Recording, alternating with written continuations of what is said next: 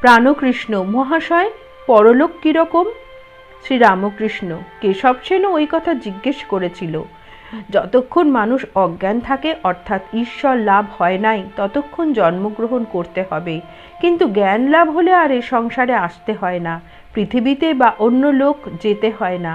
কুমোরেরা হাঁড়ি রৌদ্রে শুকোতে দেয়, দেখো নাই? তাহার ভিতর পাকা হাঁড়িও আছে, কাঁচা হাঁড়িও আছে।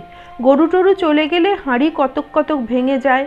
পাকা হাঁড়ি ভেঙে গেলে কুমোর সেগুলিকে ফেলে দেয়, তার দ্বারা আর কোনো কাজ হয় না। কাঁচা হাঁড়ি ভাঙলে কুমোর তাদের আবার লয়, নিয়ে চাকেতে তাল পাকিয়ে দেয়, নূতন হাঁড়ি তৈয়ার হয়। তাই যতক্ষণ ঈশ্বর দর্শন হয় নাই, ততক্ষণ কুমোরের হাতে যেতে হবে, অর্থাৎ সংসারে ফিরে ফিরে আসতে হবে।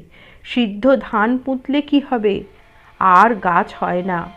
মানুষ জ্ঞানাগ্নিতে সিদ্ধ হলে তার দ্বারা নূতন সৃষ্টি হয় না, সে মুক্ত হয়ে যায়। জয় ঠাকুর।